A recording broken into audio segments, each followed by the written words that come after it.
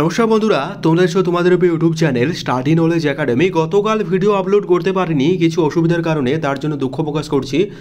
ভেবেছিলাম একটা video upload দেবো তোমাদের, যেমন টেলিগ্রাম চ্যানেল প্রোভাইড করেছিলাম, যে তোমাদের ওয়েস্ট বেঙ্গল পুলিশের নতুন যে ডাব্লিউপি এবং কেপি ও নতুন যে ওবিসি আপডেট, তার মধ্যে একটা গুরুত্বপূর্ণ আপডেট উঠে এলো, সেই নিয়ে আলোচনা করব। ইতিমধ্যেই আমাদের পিএসসি জানিয়েছে যতদিন অবধি যে ওবিসির একটা পুরোপুরিভাবে একটা মানে ফাইনাল জাজমেন্ট আসছে, ঠিক আছে, ততক্ষণ অবধি তারা কোনো নোটিফিকেশন প্রকাশ করবে না, এমনটাই আপডেট কিন্তু পাওয়া যাচ্ছে। ঠিক আছে, তার মাধ্যমে ডাব্লিউপির কি খবর বা ডাব্লিউপি কেপি যে এক্সাম ডেটগুলো দিয়েছে আদৌ কি সেটা এক্সাম হবে? ইতিমধ্যে ডেট প্রকাশ করে দিয়েছে, যেটা তোমরা প্রত্যেকেই জানো।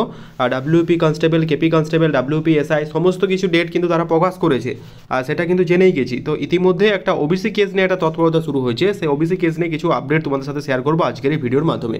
কাজে এই ভিডিওটা অত্যন্ত ইম্পর্টেন্ট, স্কিপ না করে শেষ পর্যন্ত দেখো, কথাগুলো মন দিয়ে শুনো, আশা করছি একটু হলেও উপকার আসবে। ভিডিও শুরু আগে প্রতিমত এবার রিকোয়েস্ট, তোমরা ভিডিও দেখছো লাইক করো, চ্যানেল তাহলে সাবস্ক্রাইব করে দিও। টিন নাও যারা টেলিগ্রাম চ্যানেল যুক্ত হন, link in the description, do join now. ছোটো বড় আপডেটগুলো ফার্স্ট অফ অল আমরা টেলিগ্রাম চ্যানেল প্রোভাইড করে রাখি, তাই নিয়ে request to join our Telegram group, link in the description. সবাই কিন্তু চেক আউট করে নিও, আর যারা সাবস্ক্রাইব করো নি স্টিল নাও সাবস্ক্রাইব করে দিও, কারণ তোমাদের একটা সাবস্ক্রাইব হয়তো আমাদের আরও মোটিভেশন বানাবে ভিডিও আপলোড করা।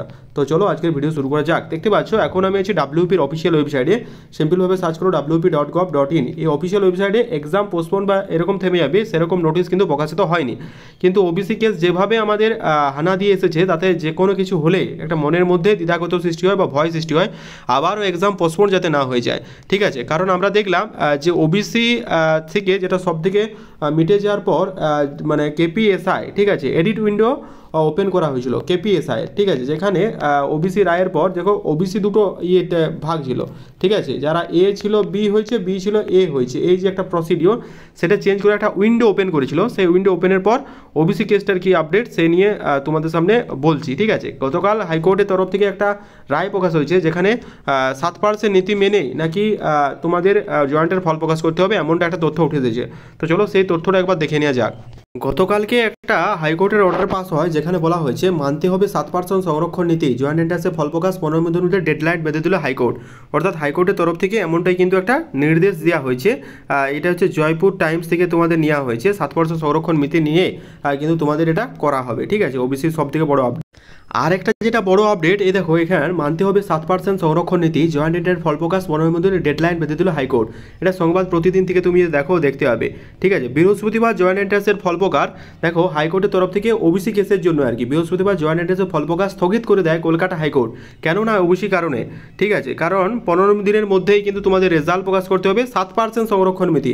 কিন্তু বর্তমানে যেটা 17 থেকে হয়েছিল, এটা কিন্তু আমাদের হাইকোর্ট অর্ডার দেয়, সেটা 7%, 17% নয়, 7% নীতি মেনে এগোতে হবে। ফলে নতুন মেধা তালিকায় যে 66টি সম্প্রদায়কে নিয়ে তৈরি করতে হবে। ঠিক আছে, এখন 106টি না কোটি করা হয়েছিল, ওটি নিয়ে নয়, 66টি সম্প্রদায়কে নিয়েই হবে।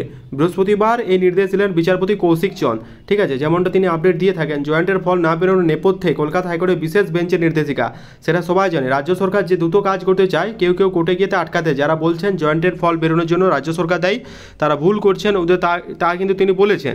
কিন্তু আদৌ এই যে সংরক্ষণ নীতিটা, সেটা কোন ভিত্তিতে করা হচ্ছে সেই নিয়ে এখন কিন্তু প্রশ্ন উঠেছে, যেটা মোস্ট ইম্পর্টেন্ট। এখন মোস্ট ইম্পর্টেন্ট কথা হচ্ছে কোন ধরে করা হবে, 7% না 17%, এই যে ওবিসি জটিলতা তৈরি হচ্ছে সেই নিয়ে এখন প্রশ্ন। এখন আপনাদের কি মনে হয় সেটা কমেন্ট বক্সে কমেন্ট করে জানিও। এই নিয়ে একটা দীর্ঘ প্রতিদ্বন্দ্বের সৃষ্টি করছে, মানে হাইকোর্ট কি অর্ডার দেবে যে 17% রিজার্ভেশন বা যেটা বলেছে সেই অনুযায়ী চলা, না নতুন কিছু আসতে চলেছে, না সমস্ত ওবিসি কি বাতিল হবে, সেই নিয়ে একটা মানে কেমন একটা খামখেয়ালি পরিবেশ তৈরি হচ্ছে, যেটা কিন্তু বলা বাহুল্য, বোঝাই যাচ্ছে না যে ওবিসির কি মানে আপডেটটা কি ফাইনাল, হ্যাঁ ফাইনাল জাজমেন্টটা কি, সেই নিয়ে একটা দ্বিধাগ্রস্ত সৃষ্টি হচ্ছে। যাই হোক, সেই বিষয়েই এখন প্রশ্ন। আপনাদের যদি কোনো কিছু মতামত জানানো থাকে জানাইও কমেন্টে। তো আজকের ভিডিও এতটা অবধি, দেখে জানিও কেমন লাগলো। ভালো লাইক করো, চ্যানেল সাবস্ক্রাইব করে দিও, টেলিগ্রাম চ্যানেল না যুক্ত হলে যুক্ত হয়ে যাও। থ্যাংক ইউ, দেখা হচ্ছে পরের ভিডিওতে, ভালো থেকো।